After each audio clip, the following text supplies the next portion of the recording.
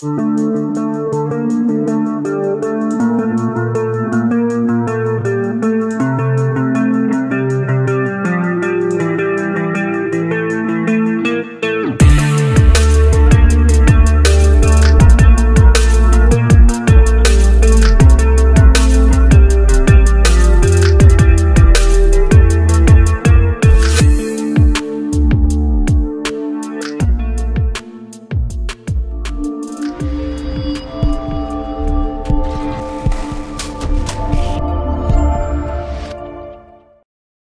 من منشئي المحتوى على اليوتيوب أو على أي منصة تانية أو حتى بينشئ محتوى معين لطلبته أو بيعمل فيديوهات تعليمية، دائما ما نرغب في وضع انترو لاسمنا أو للشعار للوجو موجود في مقدمة أي فيديو رح تقوم بإنشائه. بلقاء اليوم رح نقدم لكم إن شاء الله وتعالى عبر حكاية شغف قالب في برنامج أدوبي بريمير.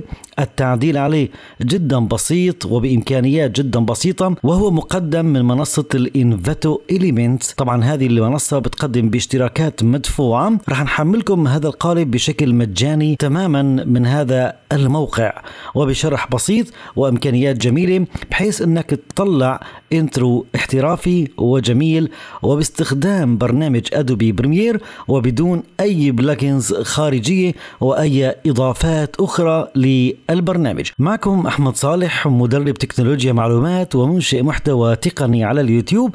سعيد بوجودي مع حضراتكم في قناة حكاية شغف، تكرما ولطفا وحبا. الدعم من خلال التفاعل والاشتراك، ونعمل مشاركة لهذه الفيديوهات، ولا تنسوني من التعليقات الجميلة. ويلا حتى نبدأ بلقائنا الجميل لهذا اليوم.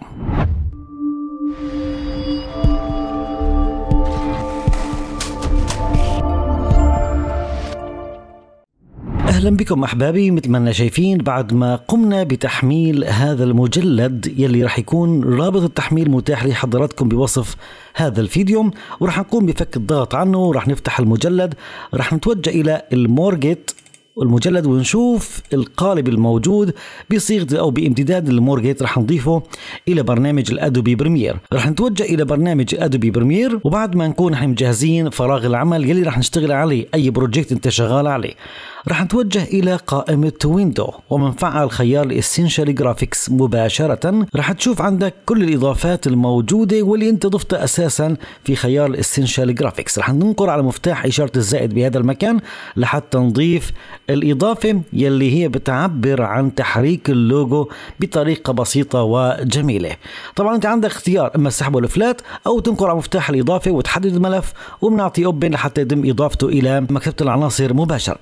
راح نقوم بالبحث عنهم، ومثل ما شايفين هذه هي الإضافة الموجودة بالإسنشال جرافيكس، وهي الكلين لوجو، القالب الجاهز لوضع اللوجو أو لتحريك اللوجو كإنترو في بداية أي فيديو. راح أنقر مع السحب وأضيفه إلى التايم لاين مباشرة. أنتظر حتى يتم التحميل ويتم ظهور الإضافة بشكل جميل. الآن قبل ما نبدأ بأي شيء وكيفية التعديل عليها، راح نضبط أول شيء المدة الزمنية بما يتناسب مع الموسيقى اللي أنت مجهزها لعرض الإنترو.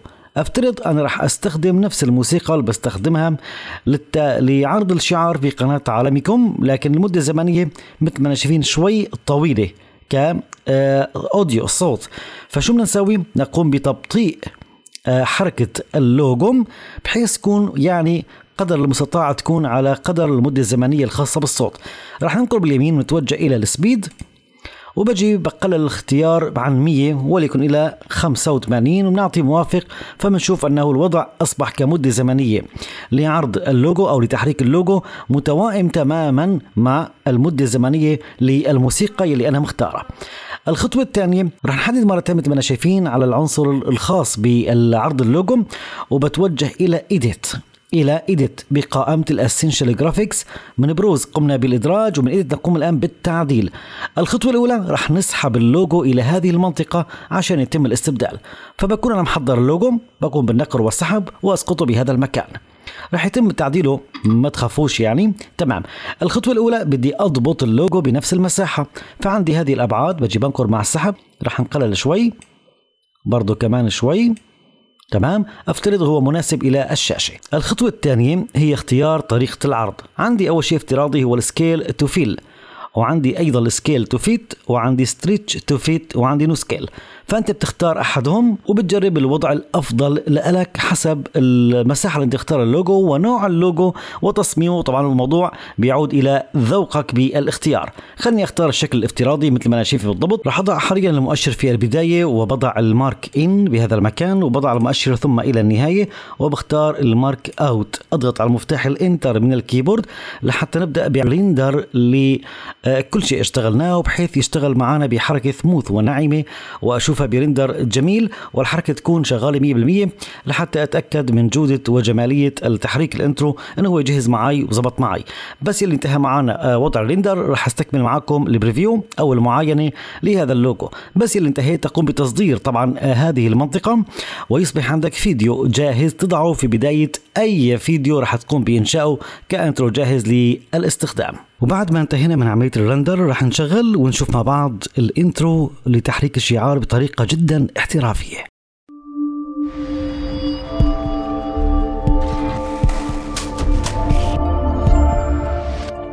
طيب الخطوة الأخيرة هي رح نقوم بتصدير هذا العمل لحتى ما ضل أعيده ببداية كل فيديو ويستغرق مني وقت من الريندر.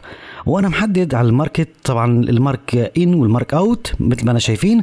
اضغط على مفتاحي كنترول زائد ام من الكيبورد او بنضغط على مفتاح الاكسبورت طبعا بحال كنت مثبت عندك اخر تحديث لنسخه الادوبي بريمير برو 2022، او اذا عندك النسخه العاديه توجه الى قائمه الفايل ومن اكسبورت راح نختار ميديا مباشرة راح ينقلني إلى اللوحة الخاصة بالإكسبورت. طبعا راح نختار اسم للملف وبنختار مكان لتصدير الفيديو عليه، ومن الفورمات بنختار الاتش 264 وبنختار الهاي كواليتي طبعا الماتش سورس بدقة المصدر، وبننقل على مفتاح الاكسبورت لحتى نبدأ بتصدير هذا الانترو.